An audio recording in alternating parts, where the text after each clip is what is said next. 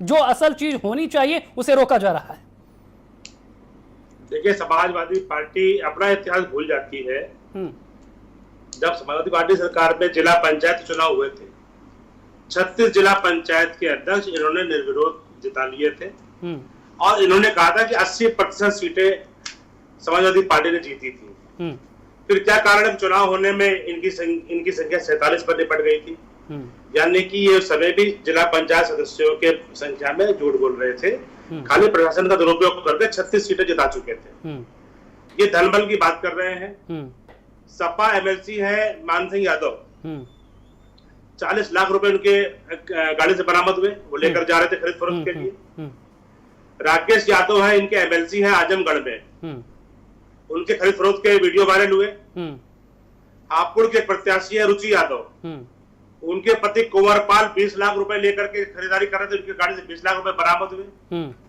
तो ये सब क्या कहता है कि कौन खरीद फरोख्त कर रहा है समाजवादी पार्टी में? नहीं, ठीक है आलोक जी, ये चीजें सामने आई हैं। आलोक जी, ये चीजें सामने आई हैं, लेकिन जो आप सामने आ रहा वो भी तो बड़े सवाल खड़े करता है। बलिया में अगर बीजेपी के कार्यकर्ता सपा सदस्यों को अंदर नहीं जाने दे रहे हैं, कन्नौज जो सीट है जो सपा का गढ़ है वहां पर प्रशासन सदस्यों को अंदर जाने नहीं दे रहा है, तो फिर इस तरह के आरोप लाजमी हो जाते हैं। फिर इस तरह के सवाल विपक्ष क्यों ना खड़ा करेगा आपके ऊपर? देखिए, मैं ये कह रहा हूँ, ये किसने ऐसा चश्मा लगा लिया है कि भाजपा के लोग रोक रहे हैं? कैसे चिन्हित कर ले रहे हैं यहाँ भीड़ भाड़ में कि कौन भाजपा का है और कौन सपा का है, कौन लोग पार कर रहा है? कन्नौज की आप बात कर रहे हैं, मात्र 10 सीटें जो है समाजवादी पार्टी ने जीती है और 12 सीटों में भाजपा जीती हुई है। उसके बाद भी भारी धनबल और भारी जो है धमकी की बात चल रही है। समाजवादी पार्टी का एक कैंडिडेट जो कि आशा बहू है और उसको वो कायदे से नामांकन करके चुनाव नहीं लड़ सकती थी, लेकिन उसने अपने उसमें एफिडेविट में ये बात छुपाई है, उस पर भी आपत्ति दर्ज करी गई है। तो दादागिरी करके किसी तरह चुनाव जीतना ये इनके प्रकार है। ठीक है, आरोप प्रत्यारोप का दौर लगातार चल रहा है, लेकिन वोटिंग 53 सीटों पर है और आज ही ये तय होगा कि इन 53 सीटों पर परचम कौन लहराता है। विवेक साइलस लगातार हमारे साथ बने हुए हैं। विवेक जी, जो तस्वीरें सामने आ रही, 53 सीटों पर मुकाबला है, वोटिंग के जरिए आज नतीजे तय होंगे, लेकिन उससे पहले जो तस्वीरें सामने आ रही वो बता रही कि किस तरह से यहाँ पर प्रशासन कटघरे में है, किस तरह से यहाँ पर कार्यकर्ताओं के बीच में आमने सामने की टक्कर हो रही। ये क्या साबित कर रहा है, इसके क्या संदेश जा रहे हैं?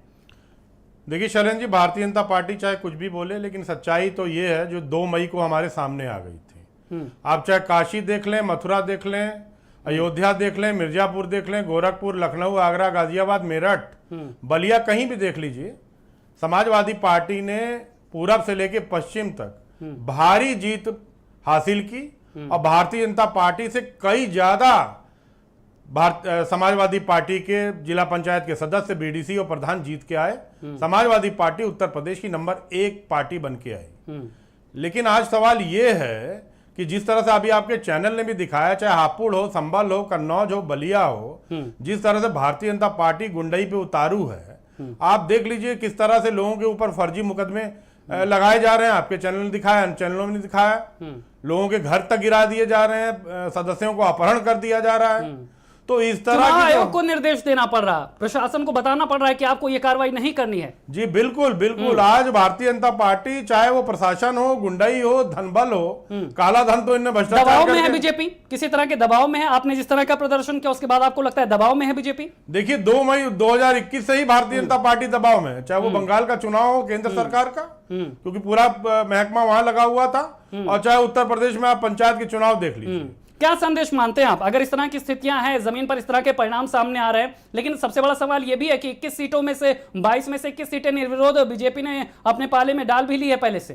देखिए शैलेंद्र जी, जिस तरह से अभी आलोक जी ने बताया कि 2016 का इन्होंने उदाहरण दिया कि हम आपके ऊपर आरोप लगा रहे हैं, हमारे ऊपर आरोप लगा रहे हैं, उसके बाद क्या हुआ, उन्होंने बताया हम 47 सीटों पे आ गए। लेकिन भारतीय जनता पार्टी ये क्यों भूल जाती है कि 14 साल बाद भारतीय जनता पार्टी सत्ता मिली थी, 14 साल बाद। और आज जिस तरह से भारतीय जनता पार्टी की स्थिति उत्तर प्रदेश में बनी हुई है, 2000 जैसे पंचायत चुनाव में जनता ने संकेत दिए थे, क्योंकि वो डायरेक्ट गांव का चुनाव था, ये सदस्यों का चुनाव है, और ये संकेत 2 तारीख को मिल चुका है भारतीय जनता पार्टी को। इसलिए इतनी उथल पुथल मची हुई है कि भारतीय जनता पार्टी आने वाले 22 के चुनाव में सत्ता से बाहर होने जा रही है। संजय सिंह ने भी आज मुलाकात की अखिलेश यादव से, एकजुट हो रहा विपक्ष, बीजेपी के सामने और बड़ी चुनौती आप खड़ी करना चाहते हैं, उनको और दबाव में लाना चाहते हैं चुनाव से पहले?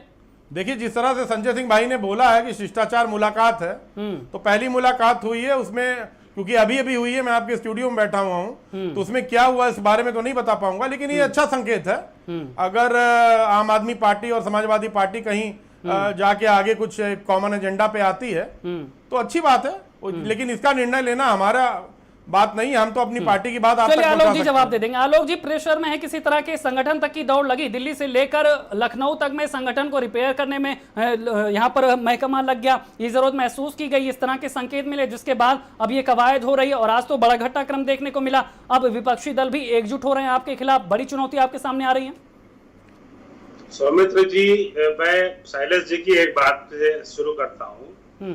इन्होंने कहा कि 2016 में चुनाव हुआ था और हम 47 सीटें जीते थे और जनता ने इनको हमारे को जमीन दिखा दी थी। इनसे पूछिए कि एक साल बाद 2017 में विधानसभा का चुनाव हुआ था, 400 सीटों में जनता ने 325 सीटें कैसे दे दी भारतीय जनता पार्टी को। शायद ये समझ नहीं पाए जनता के मिजाज को। लाठी के बल पे, गोली के बल पर, अपराधियों के बल पे 36 सीटें जीत लेना और बाद में दिखा देना कि हमारे साथ जनता का समर्थन है।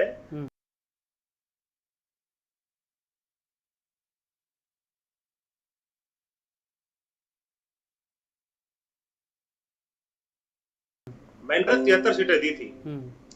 उसके बाद से 2017 का जो चुनाव हुआ विधानसभा का, मैं तो कह रहा हूं जो पीछे हुआ उसको भुलाइए, जो अभी नामांकन के समय देखने को मिला गोरखपुर में जो हुआ उसे भी तो याद करिए ना, और आज जो हो रहा उसको भी बताइए कुछ।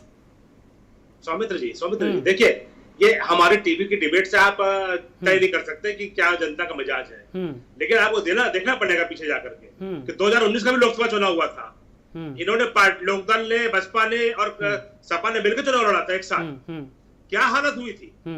अखिलेश यादव की स्वयं की पत्नी हार गई, उनके भतीजे हार गए, उनके सगे भाई, उनके भाई हार गए। राजनीति में तो हर दिन नया होता है ना साहब, हर दिन नया होता है, और आपने देखा ना पंचायत चुनाव में कैसे समीकरण बदले। अब तो उसका अवलोकन होना चाहिए ना, अब तो उसका एनालिसिस होना चाहिए। मैं मान लेता हूँ, आप कहते हैं राजनीति तो हर दिन नया होता है। फिर क्या हुआ कि नगर निगम के चुनावों में 17 नगर निगम चुनाव हुए, आपका एक भी मेयर नहीं जीता। 14 में भारतीय जनता पार्टी का कैसे जीत गई। उसके बाद अभी 7 विधानसभा चुनाव हुए, 6 विधानसभा चुनाव भारतीय जनता पार्टी कैसे जीत गई। अगर आप इतना आश्वस्त हैं, अगर आप इतना आश्वस्त हैं, तो फिर दिल्ली से लेकर लखनऊ तक ये दौड़ क्यों लग गई, फिर इतने पेज क्यों कसे जाने लगे, फिर इतना संगठन में बदलाव क्यों होने लगा। सौमित्र जी, आप एक चैनल के एंकर हैं, आप थोड़ा सा निष्पक्षता में रहिए। ये आरोप हमको आसानी से को लगाने दीजिए, वो राजनीतिक कार्यकर्ता है। नहीं, मैं आरोप नहीं लगा रहा हूं, मैं कह रहा हूं कि स्थितियां क्या है, आप ये स्पष्ट करिए ना। आप क्या दबाव में नहीं है? आपको क्या ये नहीं लगा कि सपा के प्रदर्शन ने आपके लिए नई चुनौतियां खड़ी की हैं? आप दूसरे प्लान की जरूरत है, तैयारियों को दूसरे तरीके से भी सोचना पड़ेगा। सपा का जो प्रदर्शन है वो भारत की जनता ने और उत्तर प्रदेश जनता ने देखा है, कैसे सपा की सरकार में 134 दंगे हुए थे। भारतीय जनता पार्टी सरकार में एक दंगा नहीं होने पाया। जिन आपदाकारियों ने ये जहाँ पे षड्यंत्र करने का प्रयास किया, उनकी संपत्तियों को बेच करके, अटैच करके नुकसान की भरपाई कराई सरकार ने। बेरोजगारी दर 17.4% थी इनके समय पे, आज 4% दर पे है। नहीं आलोक जी, बार बार पीछे जाने से कोई फायदा है नहीं, बार बार पीछे जाने से फायदा नहीं है। आप तो मौजूदा हालात की बात करिए ना। कोरोना काल में जिस तरह से स्थितियां हुई, उसके बाद सरकार के सामने चुनौतियां हुई, बेरोजगारी की जो समस्या है, इन सब ने मौका दे दिया है विपक्ष को। विवेक शैलेश जी जरा जवाब दीजिए। देखिए, भारतीय जनता पार्टी का यही रोना है, ये पिछली सरकारों में पहली बात भागते हैं, चाहे वो केंद्र की सरकार हो चाहे उत्तर प्रदेश। तो मौजूदा स्थिति आपको लग रहा है कि आपके फेवर में है? जहां भाई 21 सीटें उन्होंने जीत ली, निर्विरोध जीत ली, फिर आप क्यों इतना कॉन्फिडेंस में है? शैलेन जी, मैं तो यही कहूंगा, मैं दोबारा कहूंगा कि आज उत्तर प्रदेश में सबसे ज्यादा जिला पंचायत के सदस्य, बीडीसी और प्रधान किस पार्टी के हैं? नंबर 1 की पार्टी उत्तर प्रदेश की जनता ने, ग्रामीण जनता ही नहीं बना के भेजा। अभी समाजवादी पार्टी को अभी हाल में दो तारीख को नतीजे हैं, 2 मई को। और जिस तरह से आज की डेट में महंगाई हो गई है उत्तर प्रदेश में, नहीं पूरे देश में, बेरोजगारी ने 46 साल का रिकॉर्ड तोड़ दिया है। किसान सड़कों पे हैं, व्यापारियों का व्यापार ठप्प है, लोग भुखमरी से मर रहे हैं। स्वास्थ्य सेवा हमने कोरोना काल में देख ली, शिक्षा का क्या हाल उत्तर प्रदेश में हम देख रहे हैं। इन्हीं मुद्दों पर हुए हैं पंचायत चुनाव। आपको लगता है इन्हीं बातों को जनता ने सोचा है? नहीं, पंचायत चुनाव तो देखिए ग्रामीण मुद्दों से जुड़े हुए, किसान के मुद्दों पे हुए हैं। और बिल्कुल ग्रामीण जनता ने भारतीय जनता पार्टी को आउटराइट रिजेक्ट किया है पंचायत चुनाव में, इसीलिए खलबली मची हुई। जनता का फैसला है। जी, ये आपका फैसला है कि जनता का फैसला है? कोई भी फैसला, किसी भी चुनाव का फैसला जो होता है वो जनता का होता है, लेकिन जिला पंचायत के अध्यक्ष की जो सीट है ये मेंबर लोग चूज करते हैं। तो मेंबर किस तरह से मैनिपुलेट किए जा रहे हैं भारतीय जनता पार्टी में, मैं तो ये कहूंगा कि प्रशासन चुनाव लड़ रहा है, डीएम एसपी चुनाव लड़ रहे हैं, भारतीय जनता पार्टी कहां चुनाव लड़ रही है? आलोक जी, ऐसा है क्या? प्रशासन चुनाव लड़ रहा है, ये तो कह रहे हैं कि डीएम एसपी चुनाव लड़ रहे हैं, सदस्य जो यहाँ पर है उनको जाने नहीं दिया जा रहा है, उनको जो है यहाँ पर प्रशासन रोक रहा, उनके साथ झड़पें हो रही हैं।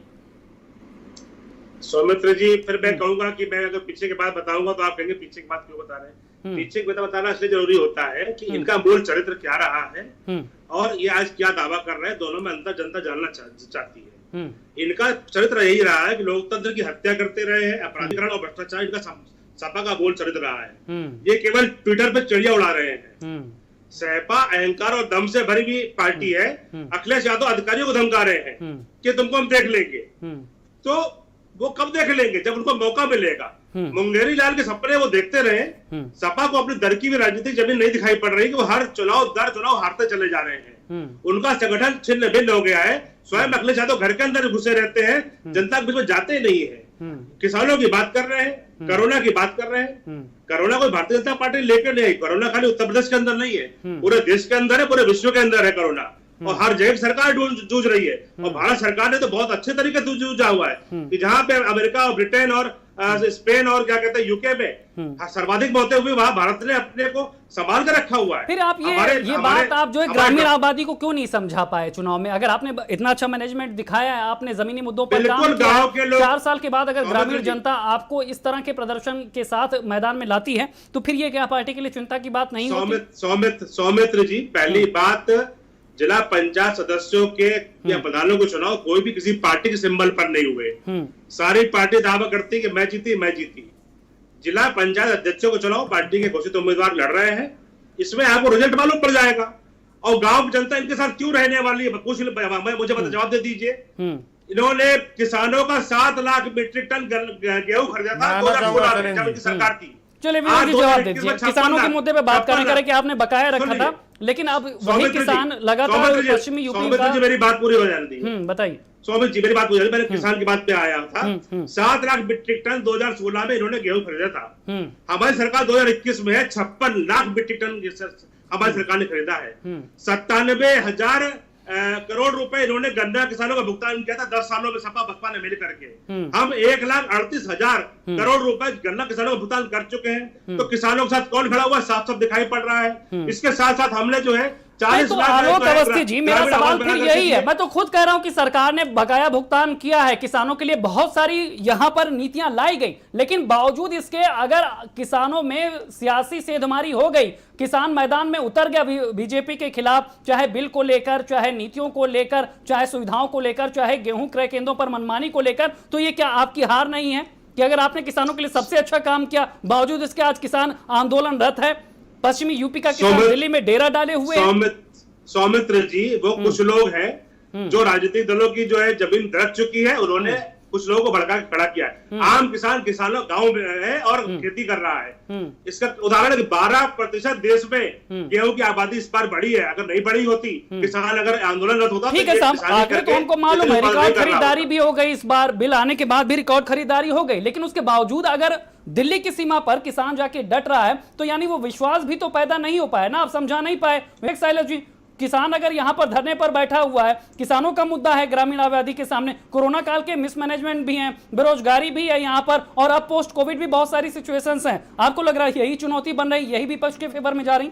देखिए शैलेंद्र जी, भारतीय जनता पार्टी ने कहा था 2022 तक किसानों की आय हम दुगनी कर देंगे। ये भारतीय जनता पार्टी के एजेंडा में था। आज कितनी अगर आय दुगनी हो गई होती किसानों की, तो आज सड़कों में बैठा नहीं होता। किसान तो कह रहे हैं कि आय नहीं, समस्याएं दुगनी हुई हैं। समस्याएं दुगनी नहीं, 4 गुनी हो गई है। बिजली आपने किसानों की कहां बढ़ा दी? मैं ये पूछना चाहता हूं, जो 7.5 किलोवाट का कनेक्शन किसान को 18 से 20 हजार रुपए में मिल जाता था, आज वही कनेक्शन मिल रहा है 1.5 लाख रुपए का। जो बिल किसानों को आता था 7,000 रुपए, 7,500 रुपए 3 महीने का, वो बिल आ जा रहा है 19 से 20 हजार रुपए का। ये डीजल आपने कहां पहुंचा दिया, खाद का रेट आपने कहां पहुंचा दिया, तो किसान जाए तो जाए कहां भाई? पंपिंग सेट में तो डीजल भरेगा नहीं, लेकिन वो तो ये कह रहे हैं कि तो सिंबल पे चुनाव लड़े ही नहीं जाते हैं, फिर आपको इतना संबल क्यों मिल रहा है? आप इतना जो है कॉन्फिडेंट क्यों है कि जनता आपके साथ खड़ी है या सपा के साथ ही खड़ी है और ये आपके लिए 22 में मददगार होंगे ये परिणाम? नहीं, 22 में मददगार तो होना ही होना है इस परिणाम को, क्योंकि ये जनता से जुड़ा हुआ था और ग्रामीण जनता ने तो अपना संकेत दे दिया है। आलोक जी ने एक बात और कही, दे दिया है। आलोक जी ने एक बात और कही, लोकतंत्र की सपा लोकतंत्र की हत्या करती है। तो मैं इनसे पूछना चाहता हूं, गोवा में क्या हुआ?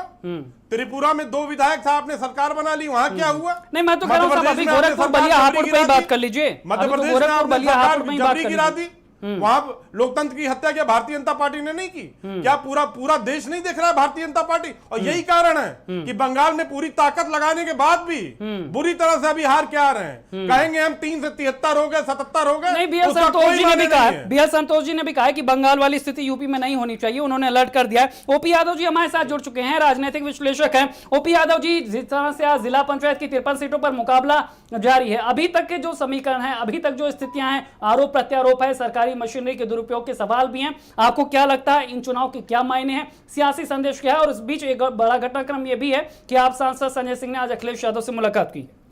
देखिए, ये जो चुनाव है, लोकल बॉडी के चुनाव, खासकर जिला पंचायत अध्यक्ष और ब्लॉक प्रमुखी के जो भी चुनाव है, ये धनबल और बाहुबल के चुनाव है, सर्व पॉलिटिकल पार्टी कोई भी हो। लेकिन निश्चित तौर पर उत्तर प्रदेश में एक तरह से ग्रामीण भूभाग में चुनाव हुआ है, जिला पंचायत का जो चुनाव हुआ है, तो मोटा मोटा उत्तर प्रदेश की 403 विधानसभा सीटों में मैं मानता हूं लगभग 300 सीटों के नतीजों का लिटमस टेस्ट है आज।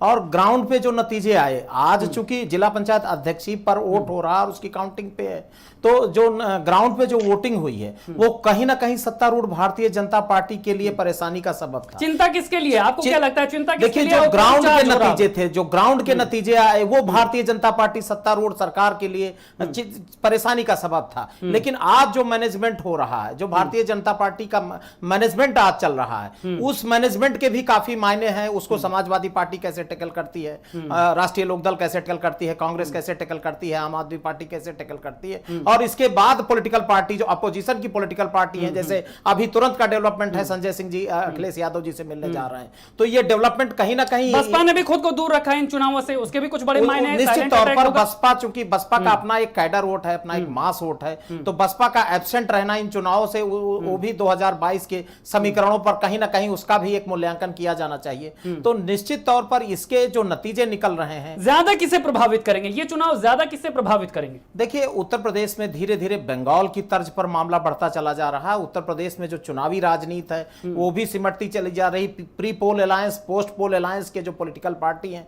वो भी या तो बीजेपी के साथ या समाजवादी पार्टी के साथ, बाकी जो सबसे बड़ा नेशनल पार्टी है कांग्रेस, वो किसको लेके आगे बढ़ेगी, और पार्टी के अंदर के जो चर्चा है, इंटरनल जो बैकग्राउंड है, उसको कैसे सेटल करेगी। बीएसपी अकेले चलेगी कि किसके साथ? बराबर चुनौती है ओपी यादव जी, जी सबके लिए अभी भी बराबर चुनौती है, बहुत कुछ करना बाकी है। निश्चित तौर पर सारे पॉलिटिकल पार्टी को, सरकार सत्तारूढ़ पार्टी को, अपोजिशन को भी अभी बहुत काम करना है, और अभी समय भी है। अभी निश्चित तौर पर अपने कील कांटे को पॉलिटिकल पार्टी दुरुस्त कर सकती है, और उस पर काम भी हो रहा है। बिल्कुल, और हमारे पास वक्त की कमी है ओपी जी, हमारे पास वक्त की कमी है। हमारे पास 1 मिनट का वक्त है, 30 सेकंड में आलोक अवस्थी जी आप ये बता दीजिए, फाइनल कमेंट्स बता दीजिए कि आज के जो चुनाव है उसके सियासी संदेश क्या है, क्या बताना चाहते हैं आप जनता को, और तैयारियां क्या है? देखिए, जनता योगी आदित्यनाथ जी के नेतृत्व से प्रसन्न है। लगातार गरीब कल्याण की योजनाओं में समाजवादी पार्टी की सरकार का इतिहास देखते हुए योगी सरकार बहुत अच्छा काम कर रही है। घर घर जाकर के जो है पॉजिटिव है। अभी भी आप परिणामों को लेकर पॉजिटिव हैं, चिंता नहीं है, चार्ज है? निश्चित रूप से हम पॉजिटिव है। नहीं तो क्या कारण है समाजवादी पार्टी के 12 जिलाध्यक्ष बर्खास्त कर दिया? अगर जोर जबरदस्ती की बात हो रही थी तो इनके अध्यक्ष को क्यों बर्खास्त किया? ये नकारापन था इनके पार्टी कार्यकर्ताओं को और इनके अध्यक्ष का कि अपनी पार्टी संभाल नहीं पा रहे हैं और बीजेपी पर आरोप लगा रहे हैं। बिल्कुल, आरोप प्रत्यारोप के दौर है, लेकिन हमारे पास वक्त की कमी है। फिलहाल इस बहस में इतना ही। लगातार हम आपको बता रहे हैं कि किस तरह से यहाँ पर चुनौतियां हैं, हर किसी के लिए बराबर चुनौतियां हैं। मैदान यहाँ पर खुला हुआ है, 3 बजे तक वोटिंग होगी और आज शाम को यह तय हो जाएगा कि इन 53 सीटों पर जहां पर वोटिंग हो रही है वहां पर विजेता बनकर कौन उभरता है, और इसके बाद 22 के लिए पार्टियों की अपनी आगे की तैयारी क्या होती है। फिलहाल यहां पर छोटे से ब्रेक के लिए